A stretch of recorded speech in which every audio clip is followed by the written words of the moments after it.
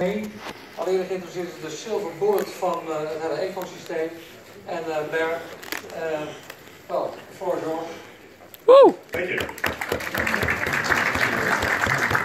It's a pleasure to be here tonight. I enjoy coming to the Netherlands and speaking to people. And want to thank Brigitte, great presentation. Pascal, great job. I first met Pascal about 9 years ago. Believe it or not, we do not have the same mother. And, when I met Pascal, I said to myself, this kid's going to go far in cryptocurrency one day. Here he is almost a decade later achieving that. I'm mindful of our time here. I should be done by midnight, so we'll be good. So I'd like to start out by looking back. Retrospective in English means looking back. So I'd like to talk about some of the things that we've done and accomplished this year as an ecosystem. Our first global event was held in Hong Kong. It's a great city. If you haven't had a chance, you should get there. At that event, we were fortunate that some longtime friends and colleagues of mine came to visit us in Hong Kong, and here we are signing an agreement with them. These people are from the country of Uganda in East Africa, and we met with them to strategize about how we can take our blockchain technology and apply it to real-world solutions. So the lady on the left is actually a senior presidential advisor. She's actually visited me at my house in the United States 13 years ago. So she advises the president of Uganda. She's been with him for 30 or 40 years. So we were fortunate to have those people come by. In February, we rolled through India. The picture on the left is the spot where Gandhi was cremated.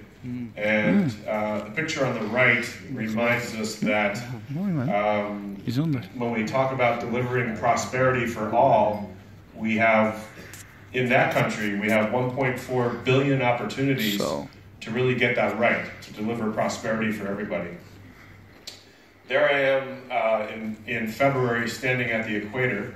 My right foot was in the southern hemisphere, and we visited the government officials in Uganda to work on this initiative some more.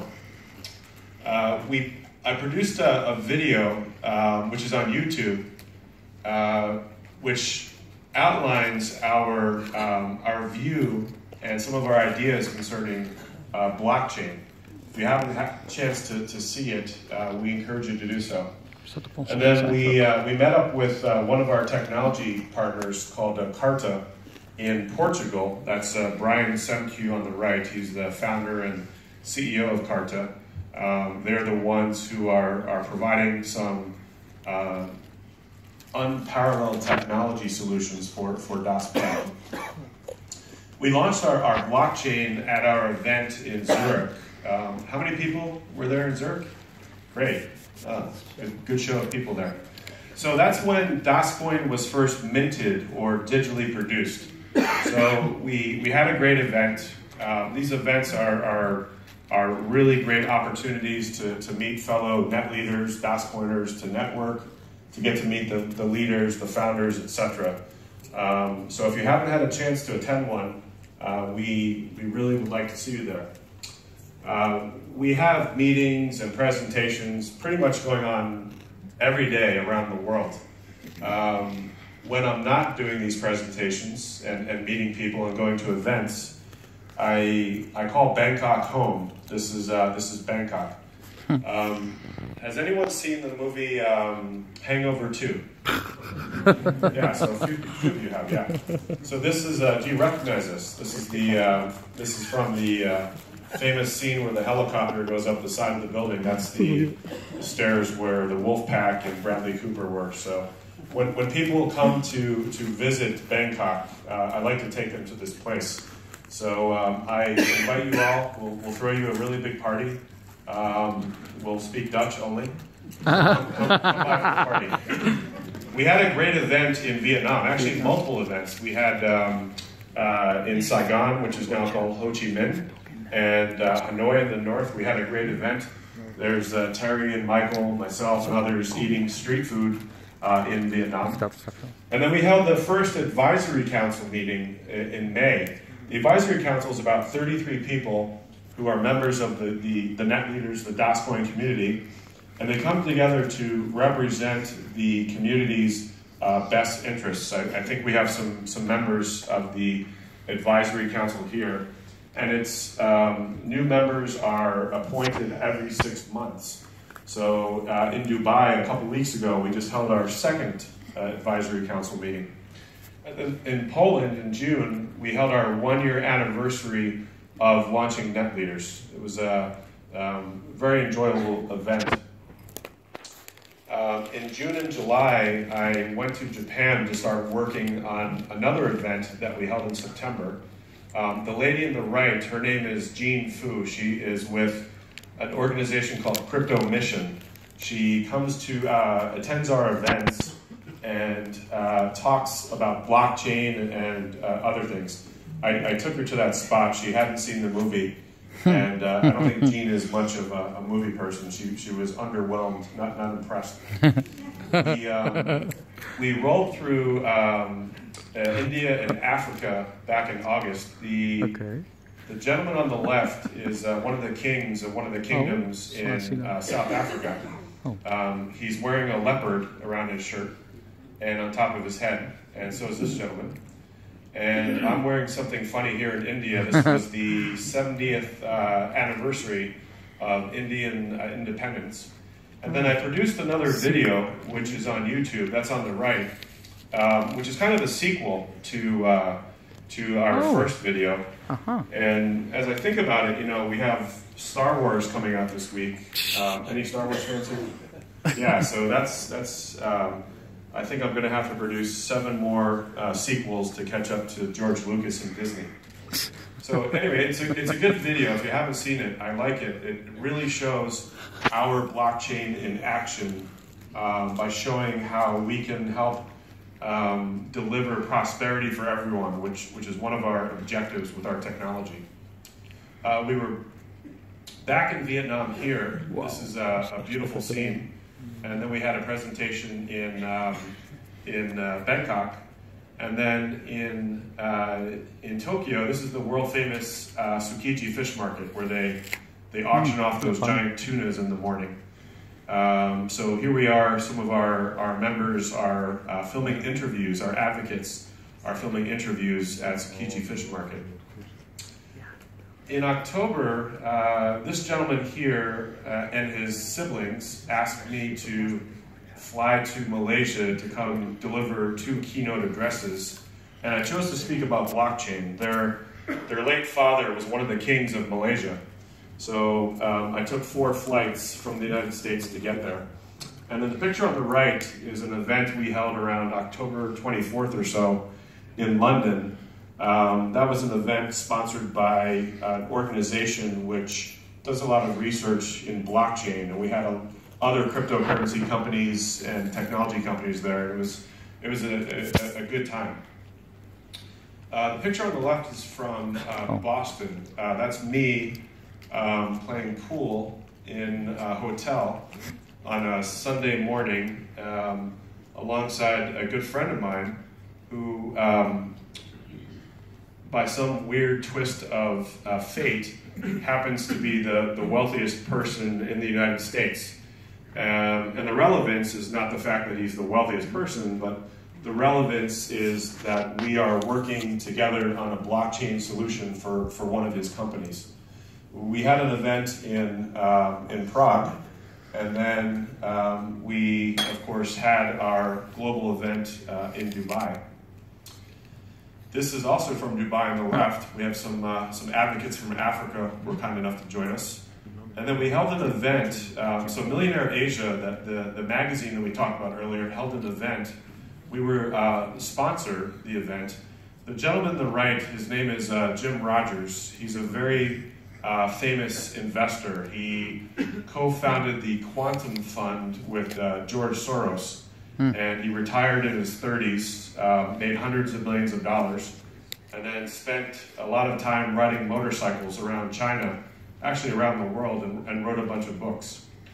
The gentleman here with me on the right is a former important politician in the United States.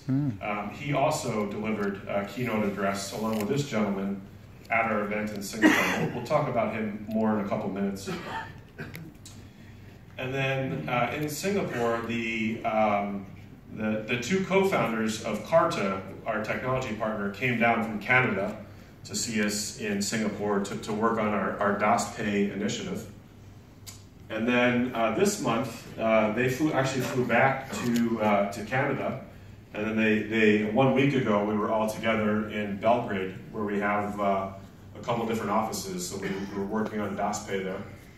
And then this is an event we held this past Saturday. This was in Slovakia, in Bratislava. Wow. And Michael actually showed up unexpectedly. He took the train in from Vienna, so the crowd was really fired up and ready to go because Michael was there. And Michael regrets he was unable to attend tonight. I know we were trying to grab him.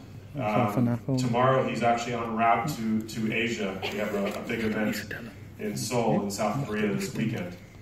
So my schedule here, like a dog chasing its tail this month, all over the place, doing presentations and meetings, and it's really an honor and privilege for me to get out and meet our customers, meet our advocates. I really enjoy that. So if a retrospective is looking backwards, a prospective is looking forward. So some of the things we have on tap, on schedule for 2018, we have a major event coming up, a global event in Rio. That's in the middle of January. And then we have an event 1 week before Easter. That'll be taking place in the UK in London.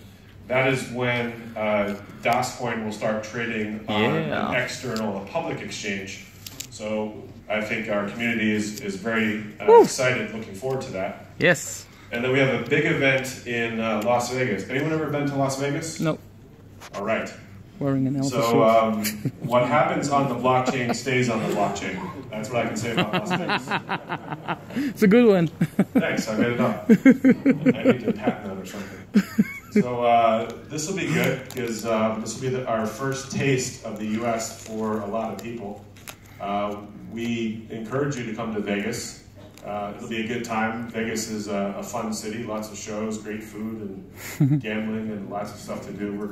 We're going to be, I think, racing some cars. So if we have any auto enthusiasts here, make sure you get to Vegas. And then we're already starting to think about where are we going to be in September 2018. We've got some ideas. Not sure exactly where that's going to be yet. I generally don't like talking about myself, but some people have asked me to include this in the presentation, so I will go through it quickly, especially this slide. This is me in earlier days. Okay. Yeah. Yes, I was a young guy. Wellesley College is actually an all women's school. And I managed to get in there. So that wasn't my main college. My undergraduate business school was 2 miles down the road. And anyway, around this time, I started in the capital markets, and thanks to a family business. And my first day on the trading desk on Wall Street was this day. This is when the dollar, U.S. dollar against the Japanese yen had its biggest down move ever. So every day in these types of markets, like the foreign exchange market, about $5.4 trillion is traded back and forth. Most of that is traded electronically, of course. And then I co-launched on Wall Street what became the world's largest foreign exchange trading company. So that was the late 90s, and that company became publicly traded on the NASDAQ 7 years ago this month. And since its inception, over the past 18 years or so, the company's traded about $40 trillion. So a lot of transactions. Every 3 years, the so-called Central Bank of Central Banks, Bank for International Settlements in Basel, takes a survey of foreign exchange trading activity, and they publish it. It's called the BIS Triennial. If you take a look here, you'll see most of our major world currencies. We don't see the Chinese renminbi. So when I was on Wall Street, I said, look, China's got over 1 billion people. It's growing at between 8 and 10% per year. So it makes sense that one day China is going to be on this list. So that survey is from 2004. Fast forward to last year, we could see the red arrow, CNY, that's a Chinese renminbi. It started showing up on the list. So what I did is I created the first known retail US dollar Chinese renminbi contract for difference, CFD. Do we have any traders here? Any traders in the house? Okay. So those of you who raised your hand probably know the term CFD. Yeah. So CFD is a type of derivative which gives you access to an underlying value, let's say commodity. So I created this index, or this CFD, because I realized that people were going to want exposure to China, yet it wasn't yet available in the market. So a key word there is derivative. We'll come back to that word in this presentation right before midnight. And then in 2002, I was appointed a central banker. So the gentleman on the right who died last year, he was the former governor of the central bank in Asia. And I reported to him for 4 years. And as a person who is a Wall Street guy, it was a unique opportunity for me to gain some exposure on the inside. This picture here, this photograph, is a photograph of probably the most powerful room in the world in terms of money and governmental power. This is the boardroom of the Federal Reserve System in Washington, D.C. And as someone who was able to participate in central banking things, I had the pleasure of actually being in this room a number of times, I think 4 times or so. I would sit underneath this map in the back. You can see former Federal Reserve Chairman Bernanke there. So I would keep my mouth shut, but this is kind of ground zero for liquidity and finance and banking and money. This is where all the policy is determined about the US dollar. And then I also served for several years as one of the 4 global contributing editors for the #1 publication for central banks. This is Central Banking Journal. So in that capacity, I had the privilege of getting to meet a lot of the governors and vice chairmen of central banks all around the world, which for me was thrilling. So coming back to Wall Street stuff, I also managed a lot of risk. So I managed more than $5 billion worth of risk in the market. This is a Bloomberg-generated trading ticket where I sold $50 million US dollars worth of US Treasuries to manage some interest rate risk. So mostly I manage that risk in the credit markets and the equity markets. In 2012, I moved to Bangkok. I have a different wealthy friend, a young billionaire from North America who wanted to open up a new trading exchange. So I relocated to Bangkok, to Thailand, to help him do that. And this exchange is actually still running today. So when we talk about launching DasCoin on the external exchange in March, I've been through some of these things before. That's hopefully the message I'm conveying. Yeah, this is that guy again. I have his face concealed for security reasons, let's say. But the important point here is that we are working on a unique blockchain solution for one of his businesses. In addition to all of that, I am a farmer. 15 years ago this week, I purchased the proverbial family farm in the US. I don't get back there often. This is from 2 months ago. We harvested some soybeans. It's one of the crops that I grow on my farm.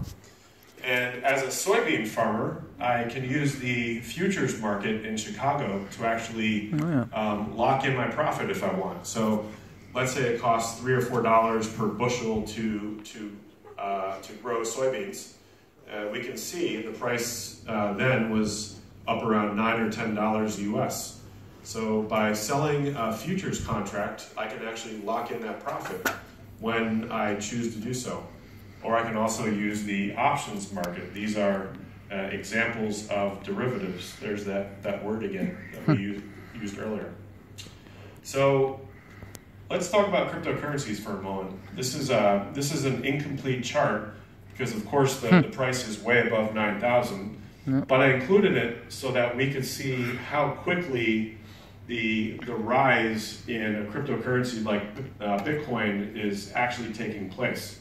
It's almost developed a speed that I find really crazy. And one of the reasons I think why Bitcoin is and other cryptocurrencies are taking flight is because the asset prices, the valuations of other assets are quite high. We're at all-time highs in the history of financial markets right now for things like equities, which are shares, which are stocks. We have almost $100 trillion in value on the major stock exchanges around the world. And the same can be said for bonds, for the fixed income markets, the credit markets. We have central banks and others are buying these types of assets. Our interest rate complex is extremely low. In places all around Europe, we have negative yields. And the whole idea of having a negative interest rate, a negative yield, doesn't make sense logically. Yet that's the situation we find ourselves in, because the bond market is so overbought right now. There's too much money in it, frankly. So as a result of the financial crisis, central banks decided to start buying a lot of these types of assets, and that's why central banks' balance sheets are inflated right now.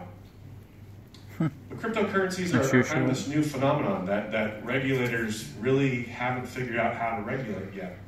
So this is the capital structure of a normal company. The safest type of funds, the most rights are up here, senior debt from an investor standpoint. And the riskiest would be down here. So cryptocurrency would be somewhere down here. Cryptocurrency as a type of asset does not really offer much in the way of investor protection.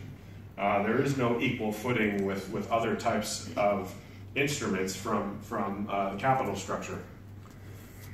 One way that we can really ascertain how popular blockchain is becoming is simply by looking at Google.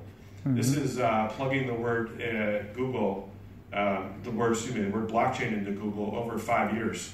We can see how popular it's become, especially this year. When we use the word cryptocurrency, we can see it also has really gained popularity all over the world. And when we plug in DasCoin, we can see also a positive trend. This spike here is when we launched our blockchain in Zurich. I just talked about that. And then this is when we launched our DAS exchange in Tokyo at the end of September. So you can see we have a positive trend. We need to continue that momentum. So another reason why these cryptocurrencies are hot and gaining popularity is because the blockchain innovation, the technology itself, is really proliferating, and banks and insurance companies and governments and fintech, financial technology companies are really raising the bar. They're really doing a lot of excellent development and really bringing a lot of great applications to market. So this slide here just kind of reinforces the need to get involved early here as an innovator, early adopter. We're kind of in this phase right here, where we continue to have a positive slope upward. When we think about how quickly this market has grown, especially this year, and we're only in this phase right here, we can see that this market probably still has a significant amount of room to grow, especially from a technological standpoint. So when we talk about cryptocurrencies today, I find myself almost every single day having to update this slide. Yes. Who's familiar with this website called coinmarketcap.com? A lot of hands are raised. So I update this slide every day because these prices are just going through the ceiling. They're going through the roof. Sure. And we can see that as of today, I haven't checked in the past, 4 minutes, but as of today, the total market cap was over $500 billion US, over $500 billion US, and volume traded was more than $36 billion. If we look at a screenshot that I took from May, we can see that 24-hour volume was only $2 billion, and total market cap was only $58 billion. We say the word only, of course, relatively, but we can see that just in 6 or 7 months, we have registered just staggering growth. And a lot of people are predicting that this growth will continue. Terry O'Hearn, one of our, this gentleman here, one of our founders, he and I were giving presentations about 1.5 years ago around Asia, and he predicted that we would get to $1 trillion in market cap over the next couple of years. We call that the O'Hearn postulate. And it looks like he's going to be right. Wow, I'm actually in the right country to be talking about this. It just dawned upon me. So, the mainstream media, the financial media, you can't look at a website or a newspaper or TV without hearing the word bubble after the word Bitcoin, right? So everybody's talking about Bitcoin. Is it in a bubble? Is this, Pascal we were sitting on some bubbles earlier. And another famous bubble from history is Cabbage Patch Kids. These were really annoying dolls from the 1980s that maybe some of us had. Japanese real estate 1980s was another bubble. And then we had these little cute things called Beanie Babies in the US back in the 1990s. Anybody have a Beanie Baby? Never heard of it. Pascal had one. What was your Beanie Baby? I don't remember. And then internet stocks. Who remembers that bubble of internet stocks back in the late 1990s when valuations went crazy? And then, of course, U.S. real estate more than a decade ago. Prices were just astronomical, and I'm sure they were astronomical in cities like this and other places too. And that, in part, led to the global financial crisis. And the thing that I like to say to people when they ask me about bubbles and valuations and craziness is that 400 years later, we still have Dutch tulips. We still have, unfortunately, we still have Cabbage Patch Kids. And you can still buy a building or a house or an apartment in Japan or the US. You can still invest in internet stocks, and you can still invest in buy Beanie Babies, as Pascal does once a week. So blockchain is here to stay, and cryptocurrencies in some form or fashion are also here to stay. So this slide here is interesting. That orange line shows you how fast, how meteoric the rise of Bitcoin has been relative to other so-called bubbles. It's almost a 90-degree angle there. Extremely rapid. Another cryptocurrency that was created a couple months ago through a fork of Bitcoin is something called Bitcoin Cash. And what this slide shows is that the wealth associated with Bitcoin Cash, its ownership, its distribution, is very inequitable. It's highly concentrated. Very few people actually control Bitcoin Cash, as you can see through the wallet distribution here. When it comes to Bitcoin, it's been estimated that about 2,000 people in this world control about 75% of the Bitcoin. And when we talk about things such as concepts such as prosperity for everybody, I think we can all agree that that's probably not the easiest way of achieving that. One of the main reasons why Bitcoin is valued so highly is reflected in this chart here. That yellow line, that top line, is the network value of Bitcoin. it has a very high network value because people believe that the price is going to go higher. So instead of doing anything with their Bitcoin, they basically hoard it. They keep it for themselves. Huddle. The red line on the bottom is kind of the transaction value of Bitcoin. In other words, if it was its spendability, its usability. And we can see its network value far exceeds its transaction value. And that's one of the reasons. So the supply of Bitcoin that can actually be used for transactions is quite low. And as a result, the trading velocity of Bitcoin is also very low.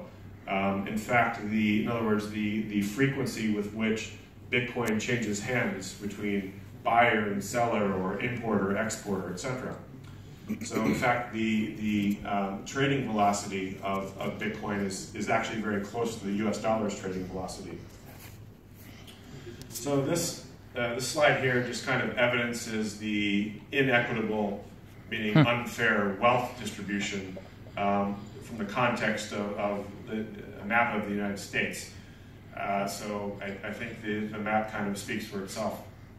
Another thing that is interestingly contributing to growth in the industry is something called an initial coin offering and the government's reactions to them. Anyone familiar with ICOs, initial coin offering? So initial coin offering kind of got its name from something called an IPO, which in English is initial public offering. That's when a company first floats shares on an exchange to raise capital from the public at large, from investors. Has anyone here ever participated in ICO or IPO? So Rose, what was your experience? What word comes to mind when you hear the word ICO? Money. Exciting. Anyone else? Money. Prosperity. Not transparency. Okay. Anyone else? Risk. Anyone else? Money. Money. Money. That's a good word. So just today, the South Korean government basically has said that they're done with cryptocurrency. They don't want anything to do with cryptocurrency. So China, South Korea, these countries are taking very aggressive policies when it comes to regulating these things. But if you're an investor in one of these countries and you still want exposure to the ICO or to the asset class, a lot of people will not be deterred by government policy. They're going to figure out a way to participate in that ICO or something. So instead of participating in the ICO, they're forced to actually buy the cryptocurrency on an exchange in the secondary market, if you will. And what that's doing is it's having the actual, maybe it's the law of unintended consequences, as we say in English, but it's having the effect of actually increasing liquidity in the secondary